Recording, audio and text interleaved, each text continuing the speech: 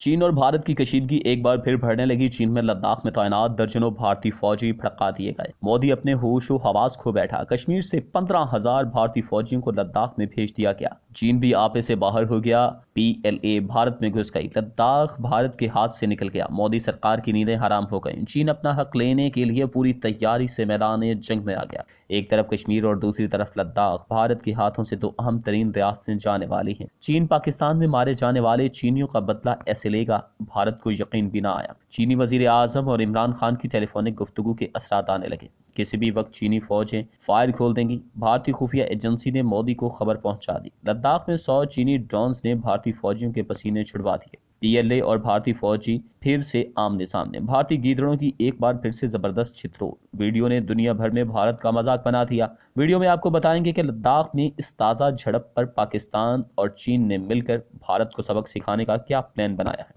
नाज़रीन, चीन ने भारतीय सूरमाओं पर झपटने का प्लान बना लिया। खतरनाक तरीन टैंक्स और मिसाइल्स ने भारतीय फौज के छक्के छुड़वा दिए। भारतीय मीडिया अपनी फौजी नाकामियों को छुपाने के लिए चीन के खिलाफ झूठी रिपोर्टिंग करने लगा। भारत के दो अहम तरीन पहाड़ों पर चीनी झंडा लहराने लगा। मोदी और राजनाथ सर पीटने लगे। चीनी 100 टैंक्स और गाड़ियां वापस लद्दाख पहुंच गई। चीन ने भारत पर दुनिया के सबसे खतरनाक हथियार को इस्तेमाल करने का तहैया कर लिया, क्योंकि भारत ने कहा कि वो लद्दाख में हकीकी कंट्रोल लाइन पर चीन की ड्रोन सरगर्मियों पर गहरी नजर रखे हुए है। वजारत दिफा का कहना है कि चीनी फौज बड़े पैमाने पर ड्रोन इस्तेमाल कर रही है, जो वहां भारतीय पोजीशंस के करीब उड़ रहे हैं। चीनी ड्रोन सरगर्मी ज्यादातर दौलत बेग ओल्डी सेक्टर, गोगरा हाइट्स और दीगर के मकामात पर नजर आती है और भारतीय अफवाज की तरफ से मुख्तलिफ इकसाम के असासों का इस्तेमाल करते हुए इसकी निगरानी की जा रही है। उन्होंने कहा कि चीनी फौज की ड्रोन सरगर्मी हमारे असासों की मुसलसल निगरानी में है। भारत बड़े पैमाने पर ड्रोन भी तैनात करता रहा है और जल्द ही नए इसराइली और हिंदुस्तानी ड्रोन की शमूलियत देखेगा।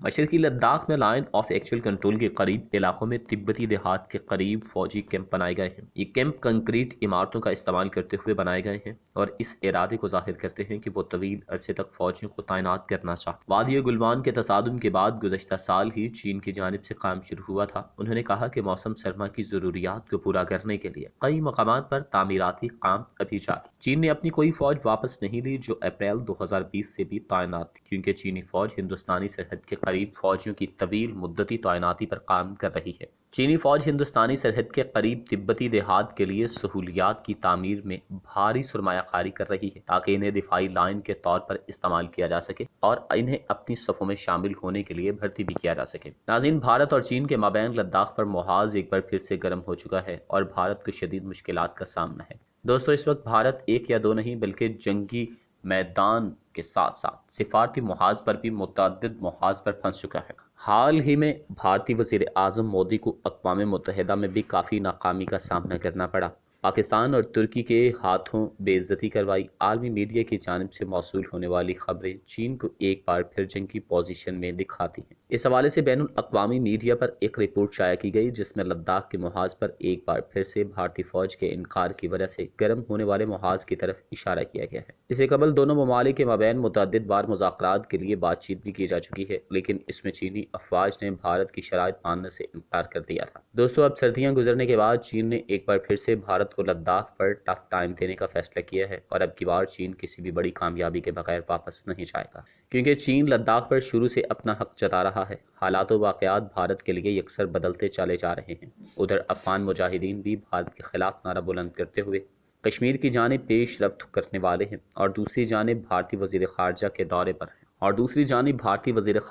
दौरे हैं, जिसमें इनको शदीद ज़िल्लत का सामना करना पड़ रहा है। दरियाई गुलवान से शुरू होने वाली इस लड़ाई में गुज़श्ता साल तकरीबन 15 जून को 20 हिंदुस्तानी फौजी हलाक हो गए थे, लेकिन अब की बार ताज़ा तर सूरत हाल में कोई भी जानी नुकसान की इत्तलात मौसूल नहीं हुई है। लेकिन माहिरीन की जानिब से कहना है कि लद्दाख के मामले पर किसी भी वक्त कोई भी बड़ी जंग छिड़ सकती है। नाज़रीन, पाकिस्तान में चीनी सफ़ीर ने कहा कि पाकिस्तान और चीन समेत दीगर ममालिक को झूठे प्रोपेगेंडे और गलत मालूमात के मुश्तरका चैलेंजेस का सामना है। इस्लामाबाद में मुनक्किदा चीन पाकिस्तान मीडिया फोरम से खिताब के दौरान उन्होंने कहा कि कुछ बैरूनी दुश्मन कुव्वतें मुनज़्ज़म तरीके से चीन اور پاکستان کی ترقی کے ساتھ ساتھ دونوں ممالک کے درمیان اتحاد اور باہمی اعتماد کو کمزور کرنے کی کوشش کر رہی ہیں۔ انہوں نے کہا حال ہی میں کہ چینی صدر شی جن پنگ نے کہا کہ امن اور ترقی کو دنیا کی مختلف اقسام کی تہذیبوں کو اپنانا چاہیے اور یہ دنیا اتنی وسیع ہے کہ تمام ممالک کی مشترکہ ترقی اس میں سما سکتی ہے۔ چینی سفیر نے کہا کہ ان حالات میں چین اور پاکستان کے میڈیا کو ذمہ داری کا مظاہرہ کرنا چاہیے تاکہ وہ انصاف کے لیے بات اور علاقائی امن و استحکام کے لیے ایک مثبت قوت بن سکے۔ چینی سفیر نے چین اور پاکستانی ذرائع ابلاغ کے حلقوں کے مابین ہم آہنگی کی ضرورت پر بھی زور دیا۔ انہوں نے کہا کہ دونوں ممالک کے میڈیا کے درمیان تبادلے اور تعاون کو مزید فروغ دینے کی ضرورت ہے۔ انہوں نے بتایا کہ چائنیز میڈیا کے 7 بیوروز ہیں اور پاکستان میں اردو زبان کا انہوں نے کہا کہ ایک محتاط اندازے کے مطابق پاکستان میں 100 ٹیلی ویژن سٹیشنز اور 150 ریڈیو سٹیشنز قائم ہیں۔ چینی سفیر نے کہا کہ ان حالات میں دونوں ممالک کے ذرائع ابلاغ کو خبروں کے متن کے تبادلے، پروگرامز کی مشترکہ تیاری، اہلکاروں کی تربیت اور سرگرمیوں کے باہمی اہتمام کے حوالے سے دو طرفہ تعاون کو مضبوط کرنا چاہیے۔ چینی سفیر نے مزید کہا کہ دونوں ممالک کو وسائل کے انضمام کو مضبوط بنانے کی ضرورت ہے۔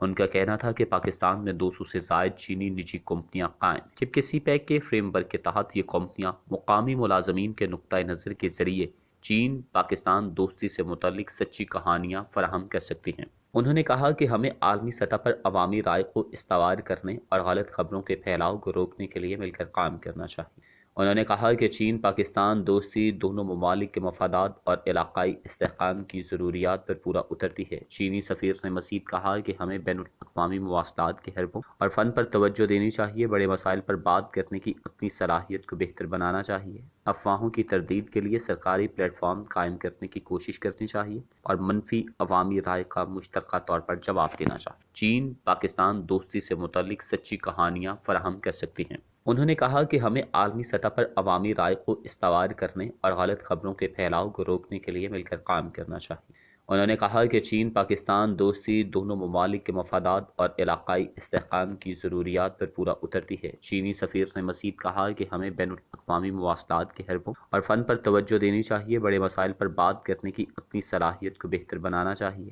افواہوں کی تردید کے لیے سرکاری پلیٹ فارم قائم کرنے کی کوشش کرنی چاہیے اور منفی عوامی رائے کا مشترکہ طور پر جواب دینا چاہیے۔ چین پاکستان دوستی سے متعلق سچی کہانیاں فراہم کر سکتی ہیں۔ انہوں نے کہا کہ ہمیں عالمی سطح پر عوامی رائے کو استوار کرنے اور غلط خبروں کے پھیلاؤ کو روکنے کے لیے مل کر کام کرنا چاہیے۔ انہوں نے کہا کہ چین پاکستان دوستی دونوں ممالک کے مفادات اور علاقائی استحکام کی ضروریات پر پورا اترتی ہے۔ چینی سفیر نے مزید کہا کہ ہمیں بین الاقوامی مواصلات کے حربوں اور فن پر توجہ دینی چاہیے، بڑے مسائل پر بات کرنے کی اپنی صلاحیت کو بہتر بنانا چاہیے، افواہوں کی تردید کے لیے سرکاری پلیٹ فارم قائم کرنے کی کوشش کرنی چاہیے اور منفی عوامی رائے کا مشترکہ طور پر جواب دینا چاہیے۔ افواہوں کی تردید کے لیے سرکاری پلیٹ فارم قائم کرنے کی کوشش کرنی چاہیے اور منفی عوامی رائے کا مشترکہ طور پر جواب دینا چاہیے۔